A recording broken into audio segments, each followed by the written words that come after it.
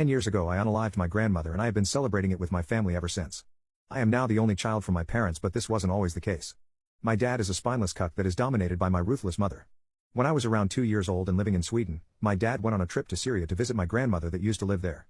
He stayed with her for 1 year because she had a tumor and had to get a few operations. During this year he was a regular to a prostitute he fancied and eventually got her pregnant. After giving birth, she came to my grandmother's house, dumped her daughter on him, and left. She ghosted him and he could not find her anymore. My grandmother called my mother and all hell broke loose. My mother ordered him to throw my sister in the dumpster and pretend she was not alive because she was filth. My dad was very close to doing this, but somehow what was left of his fatherlyhood woke up for a second and he didn't throw my sister away. Instead, he convinced my grandmother to keep her because when she grows up, she would be able to take care of my grandmother. Technically just having her as a servant. This was the most humane solution he could come up with and my grandmother was more than happy to accept. Years later, I met my sister when I was visiting my grandmother and we got really close. She even looked a lot like me, so I had no doubt she was my sister. But the way she was living was just awful.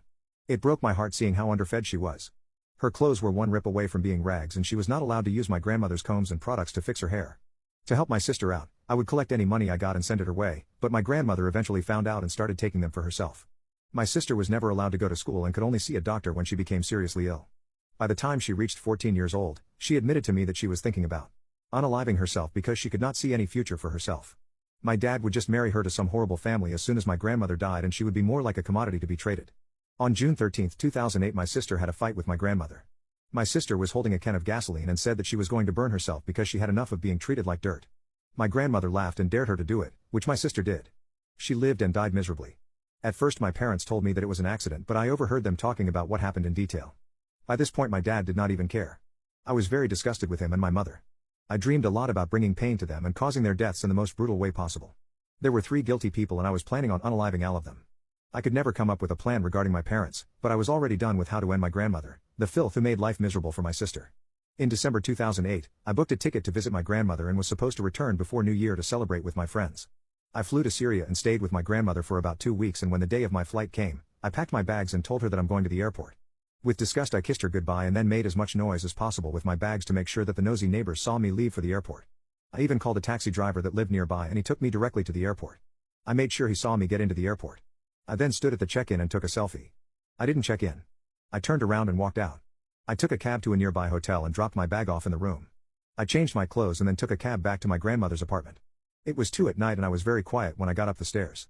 I knocked on her door and she opened when she saw me through the hole. She was surprised to see me and was wondering about the flight. I told her it was delayed for a few hours, so I left the bags at the check-in with the employees. She was tired, so she decided to make us some tea while I waited.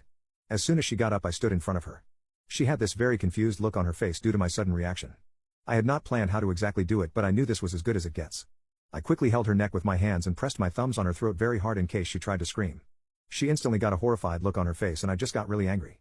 She tried to speak but couldn't make a single sound. She tried very hard to get me to let go, but I was so much stronger and bigger than her, so every attempt failed. I told her this is for my sister. I kept repeating my sister's name in a quiet angry tone, but she couldn't hear me. She was panicking and her only concern was getting air. She then kind of just froze there. I kept squeezing even though she didn't move because I really wanted to make sure she passed away. When I knew she really was dead, I searched for her gold and money. As soon as I found them, I put them in a small bag and left. I walked for a whole hour while my hands were shaking like crazy. I was glad I was able to avenge my sister. For the first time after my sister's death I was happy. 2 days later, my dad called to tell me that my grandmother was robbed and the thief stole her valuables, then unalived her when she saw him. No one suspected a effing thing. For a few months I acted sad about the whole thing. Now every year my dad makes a ceremony to remember my grandmother. They make dinner for family, friends, and hope that the prayers reach her. They don't effing know that this is a time for celebration for me. I am now married and have 3 kids. My parents are not allowed near my children, as a punishment to how they treated my sister. Every year, I celebrate by buying gifts for my wife and kids. My wife wondered why I did this. I simply said that the way my grandmother passed made me realize how suddenly loved ones can disappear, so this is my way of saying I love you.